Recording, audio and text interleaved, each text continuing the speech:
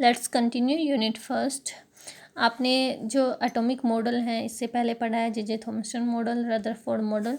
Rutherford model की दो major drawbacks थी। एक तो उन्होंने कहा था कि सेंटर में आपका न्यूक्लियस है, इलेक्ट्रॉन चारों ओर रिवॉल्व कर रहा है और वो किसी भी ऑर्बिट में पॉसिबल है कि इलेक्ट्रॉन आपका किसी भी ऑर्बिट में है। अब क्लासिकल मैकेनिक्स में हमने पढ़ा है कि चार्ज पार्टिकल अगर एक्सेलरेट कर रहा है तो वो एनर्जी रेडिएट करेगा तो यहाँ पे पॉसिबिलिटी है कि वो रिवॉल्व करते करते न्यूक्लियस में आ जाए। लेकिन उन्होंने कहा कि आपका एटम जो एटम होता है वो हमारा स्टेबल होता है, तो रदरफोर्ड मॉडल उस ड्रॉबैक्स को एक्सप्लेन नहीं कर पाया। दूसरा मेजर ड्रॉबैक्स क्या था, जैसे पीछे की वीडियो में हमने देखा था कि जो स्पेक्ट्रम हमें मिलता है हाइड्रोजन के केस में वो लाइन स्पेक्ट्रम मिलता है, डिस्क्रीट नेचर का मिलता है, इस तरह का मिलता है जैसे कि ये लाइन स्पेक्ट्रम हमें मिलता है। लेकिन उन्होंने कहा कि आपका जो इलेक्ट्रॉन है वो किसी भी ऑर्बिट में रिवॉल्व कर सकता है। इट मीन्स वहाँ से जो स्पेक्ट्रम हमें मिलेगा वो कंटिन्यूस स्पेक्ट्रम होना चाहिए। तो जो आपका थ्योरेटिकल है और जो आपका एक्सपेरिमेंटल रिजल्ट है वो मैच नहीं कर पाए। तो ये मेजर ड्रॉबैक्स रही रदरफोर्ड की। आइए नेक्स्ट मॉडल हम स्टडी करते हैं, बोर मॉडल, जो 1913 में दिया गया था। इस मॉडल के कुछ पोस्टुलेट है। पहला पोस्टुलेट क्या है कि जो आपका इलेक्ट्रॉन है वो न्यूक्लियस के चारों ओर सर्कुलर ऑर्बिट में रिवॉल्व कर रहा है। अब न्यूक्लियस पे चार्ज होता है पॉजिटिव, आपका इलेक्ट्रॉन पे नेगेटिव, दोनों के बीच में जो फोर्स ऑफ अट्रैक्शन होता है वो कोलम्बिक अट्रैक्शन होता है। तो ये जो पोस्टुलेट है वो क्लासिकल मैकेनिक्स को ध्यान में रखकर लिया गया है। तो पहले पोस्टुलेट में उन्होंने यूज़ की क्लासिकल मैकेनिक्स और उन्होंने कहा कि आपका कोलम्बिक फोर्स ऑफ अट्रैक्शन रहेगा न्यूक्लियस और इलेक्ट्रॉन के बीच में। नेक्स्ट पोस्टुलेट क्या था कि वही ऑर्बिट पॉसिबल होंगे जिनका जो ऑर्बिटल एंगुलर मोमेंटम है वो integral multiple of H cut हो या फिर h/2 हो। सिर्फ वही ये रेस्ट्रिक्शन उन्होंने लगा दी। इसका क्या मतलब है कि वो उन्होंने क्वांटाइज्ड कर दिए। तो देखिए यहाँ पे हमने क्लासिकल व्यू देखा है, this is non classical view, क्योंकि वो क्वांटाइज्ड नेचर की बात कर रहा है कि जो मैग्नीट्यूड होगा ऑर्बिटल एंगुलर मोमेंटम का वो NH/2 होगा और n की वैल्यू आपकी 1 2 3 रन करेगी। n की वैल्यू 0 पॉसिबल नहीं है, वो आगे हम फर्दर वीडियो में देखेंगे कि क्यों n की वैल्यू 0 पॉसिबल नहीं है।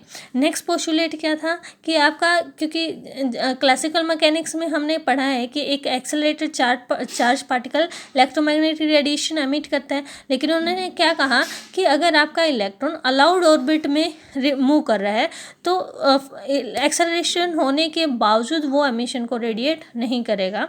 ठीक है। नेक्स्ट पोस्टुलेट क्या था कि जब भी आपका इलेक्ट्रॉन किसी हायर लेवल से लोअर लेवल में आएगा तो वहाँ से जो फ्रिक्वेंसी रिलीज होगी उसकी वैल्यू इक्वल टू EI, यानी energy of this level minus energy of this level divided by HH is Planck's constant.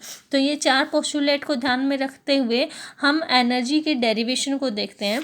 तो पहला जो पोस्टुलेट हमारा है वो क्या है कि जो इलेक्ट्रॉन है वो न्यूक्लियस के चारों ओर रिवॉल्व कर रहे हैं और दोनों के बीच में इलेक्ट्रोस्टैटिक जो कोलम्बिक फोर्स ऑफ अट्रैक्शन है। तो इसके ऊपर देखिए न्यूक्लियस के ऊपर ZD चार्ज हो गया, इलेक्ट्रॉन के ऊपर नेगेटिव चार्ज है, दोनों के बीच में सेपरेशन R हो गया। ठीक है। इलेक्ट्रॉन v वेलोसिटी से मूव कर रहा है। तो इलेक्ट्रोस्टैटिक फोर्स क्या होता है हमारा 1/4πε0 first charge second charge divided by square of distance between them. पहला चार्ज है ZD न्यूक्लियस, दूसरा चार्ज है E चार्ज ऑफ इलेक्ट्रॉन और दोनों के बीच में डिस्टेंस है R यानी R²। अब क्योंकि वो सर्कुलर ऑर्बिट में भी रिवॉल्व कर रहा है तो साथ में कैसा फोर्स रखा है, सेंटीपिटल फोर्स। दोनों फोर्स इक्वल हो गए आपके, यानी ZD²/4πε0 R² equal to mv²/r। अब दूसरा पोस्टुलेट हमने कहा था कि जो आपके इलेक्ट्रॉन अगर वही ऑर्बिट पॉसिबल होंगे जिनका एंगुलर मोमेंटम NH/2 होगा और एंगुलर मोमेंटम को हम अनदर वे में कैसे लिख सकते हैं, equal to mvr equal to NH/2। यहाँ से v की वैल्यू क्या आ गई, v equal to NH/2 mr आ गई।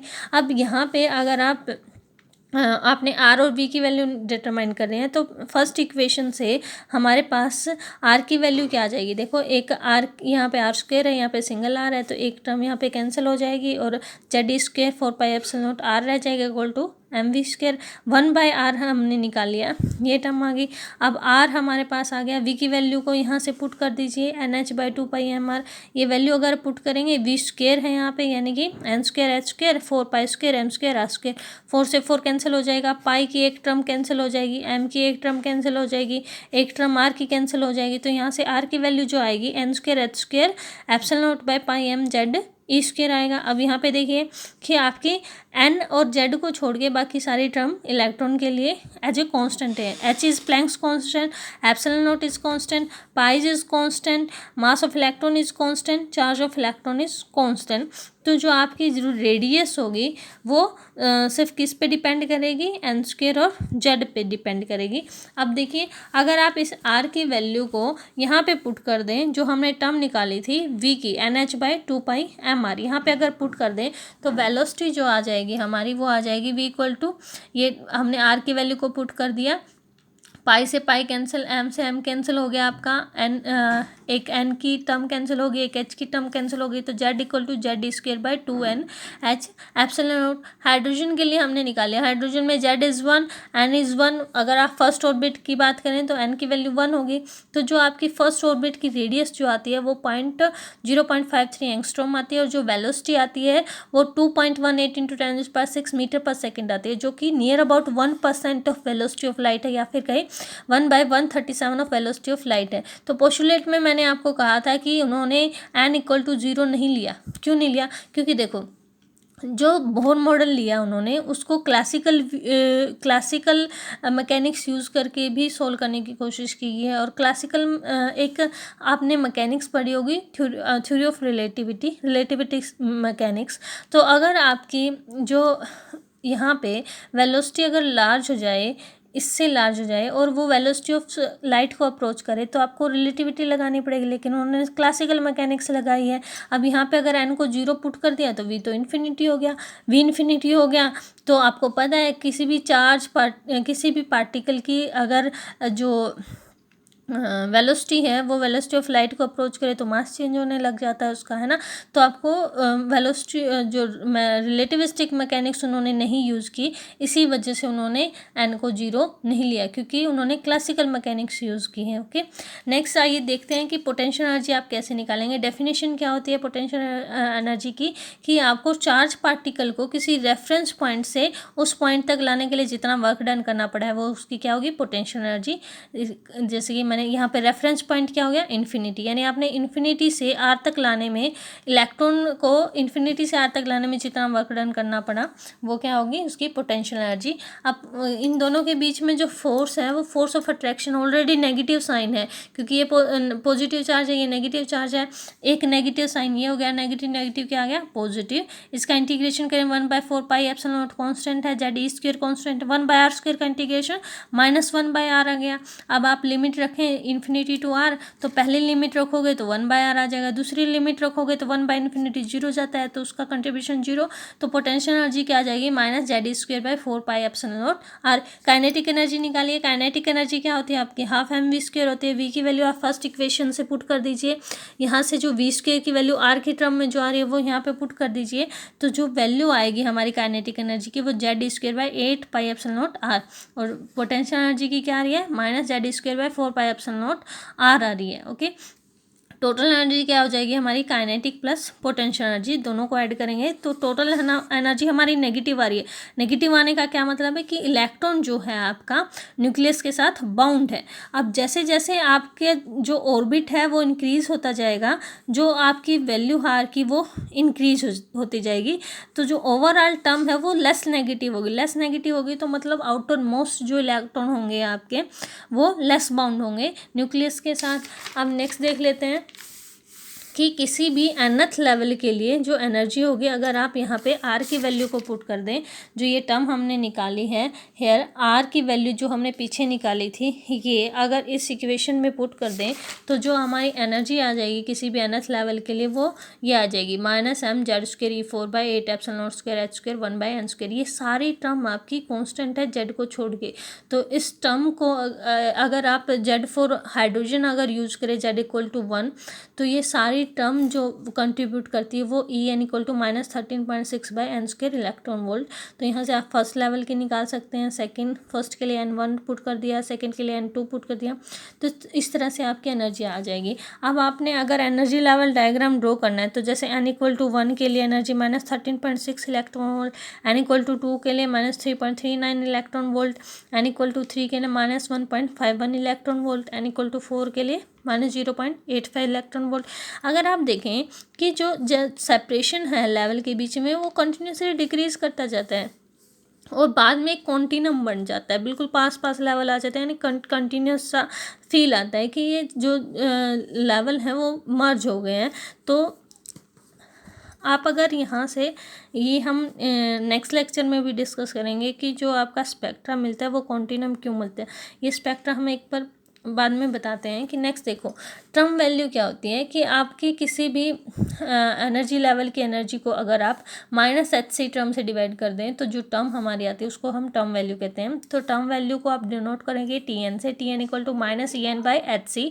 और यहाँ से देखिए En की वैल्यू हमारी ये थी, इसको hc से डिवाइड कर दिया यानी h³ हो जाएगा और नीचे c आ जाएगा, तो ये आ गया h³ और c। z² को छोड़ के जो ये टर्म बन रही है उसको आप r इन्फिनिटी कह सकते हैं। This is Rydberg constant. Infinity क्यों लिया है, क्योंकि हमने ये मान के चले हैं कि न्यूक्लियस आपका मैकेनिकली स्टेबल है, वो मूव नहीं कर रहा है। ओके, तो Tn equal to R infinity z²/n² आ जाएगा। आर इन्फिनिटी की वैल्यू आपकी 1097 इंटू 10⁻7 मीटर इनवर्स होती है। या फिर आप कहें En क्या आ जाएगा, क्योंकि यहाँ से देखिए En इक्वल टू -Tn/hc, तो En इक्वल टू Tn की ये वैल्यू है और इसको hc से मल्टीप्लाई कर दिया। अब फोर्थ पोस्टुलेट में हमने पढ़ा था कि जो फ्रिक्वेंसी होती है किसी भी एक्साइटेड स्टेट से अगर वो लोअर स्टेट में आता है, जो फ्रिक्वेंसी एमिट करेगा वो equal to EI minus E final by H होगी।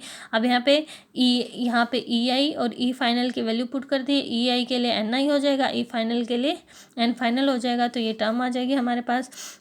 यहाँ पे हमें निकालना है वेव नंबर, यानी कि न्यू बाय सी करेंगे तो ये टर्म आ जाएगी। और आप हाइड्रोजन के लिए करेंगे तो न्यू बार आ जाएगा, बिकॉज Z1 होता है हाइड्रोजन के लिए। New bar is R infinity 1/NF² minus 1/NI²। तो यहाँ से हमारे पास सीरीज आ जाती है। अगर आपका N फाइनल फर्स्ट लेवल है, यानी कि किसी भी एक्साइटेड लेवल से फर्स्ट लेवल में ट्रांजिशन हो रही है सभी, जैसे सेकंड से फर्स्ट में, थर्ड से फर्स्ट में, फोर्थ से फर्स्ट में एंड सोन, तो ऐसे ट्रांजिशन को हम बोलते हैं लेमन सीरीज। नेक्स्ट, किसी भी एक्साइटेड स्टेट से सेकंड लेवल तक अगर ट्रांजिशन आ रही है, यानी हायर टू सेकंड लेवल, तो इसको आप बोलते हैं बामर सीरीज। सिमिलर वैसे थर्ड लेवल में अगर आ रही है किसी भी एक्साइटेड से पार्शियल सीरीज, फोर्थ में आ रही है तो ब्रैकेट, एंड फिफ्थ में आ रही है तो पी-फंड सीरीज होंगी। ओके, तो यहाँ पे देखिए जैसे कि मैंने आपको प्रीवियस वीडियो में भी बताया था कि जब भी आप higher wavelength to lower wavelength जाते हैं तो जो सेपरेशन है वो स्पेक्ट्रल लाइन के बीच में कम होता जाता है और साथ में इंटेंसिटी भी आपकी जो है कम होती जाएगी। तो जो पहले ट्रांजिशन हमारे सेकंड से फर्स्ट में, थर्ड से फर्स्ट में एंड सोन, ये जो ट्रांजिशन बन के जो स्पेक्ट्रा हमें मिलता है वो लेमन सीरीज है। This is बामर and this is partial series. I hope आपको समझ आ गया होगा। अब नेक्स्ट लेक्चर में हम करेंगे कि क्यों यहाँ पे हाइड्रोजन एटम स्पेक्ट्रम के एंड में कॉन्टिनम बन जाता है। Okay, thank you.